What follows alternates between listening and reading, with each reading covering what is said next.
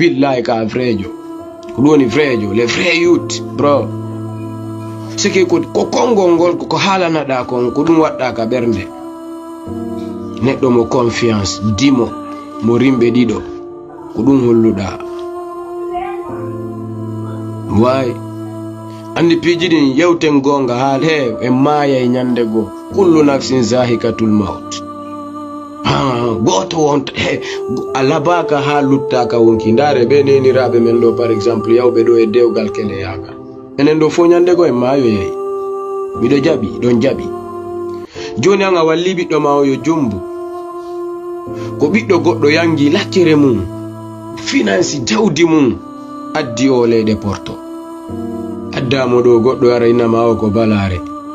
ko do woni balare ina ma o jattibe nguma ko balare no na balare ko debbo woni o hulata Allah o hersata o sumata o deddo tako sina dum jikke ko jikke yobirteye sa wadi jikke ko jikke yobirte aduna on he alamu he alalu to kadna me mi jitna do woni balay agal zen jongo vrejo mi yewtidi ay min no e balang no e ba zen be mbu yara gonnabe yewtida do e jiwo inna ma way hande mi jombaka nati ka kilema andama o yewtay woni okay deuxième chose o yewti a mariage a jombama o hande mi jombaka hande mi yaltali aventure hande mi wadal dum do okay joni mimi jombete okay sa jombila c'est vrai mimi nana e wobbe no kala mo mawbe mun exage no mawdo debbo no duwa yewtude gorko jombo biddo mabbe mo be naadi l'école finance ha jandi borni cionci holali sumali wonali handicapé hibe mari droit yewtugol ma an konto biddo mabbe o yaata kondo wawda wadande biddo mabbe be mari droit taw landagol ma ene da way holtinde o da way nyamminde o sinawni da way nyawndude o da way hebude o ko walata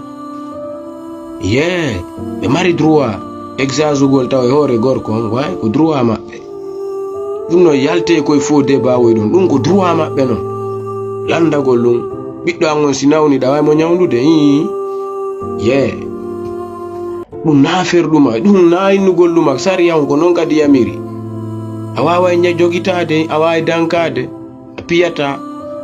si wadi mara hollitalam dum ko babajo no do yewtude si ma fejje babajo ko trabe jiwon principe jidin non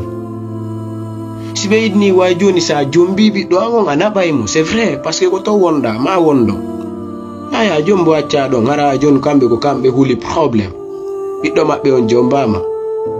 famille mabbe o fu nande biddo mabbe on jombama kono modi biddo mabbe on non to no Europe biddo mabbe on non to no Afrique no ay so jombaka frère bawi fu sanzali ko tigari tum fawa hore mun joddina fu sanzali ko bengu kari no fu sanzali parce que awonda e modi ma fu sanzali benna ma don jonnon on jiwo don no heba kala nyamo landa o fotto ya do mawdo piji ko ara ila mi frère dubi din to wi ko sey kana ko fiyo naati nder mum an kadi ko pundi ma wadana do mawdo sina de ara ko be poto e mum mawdo wujji do o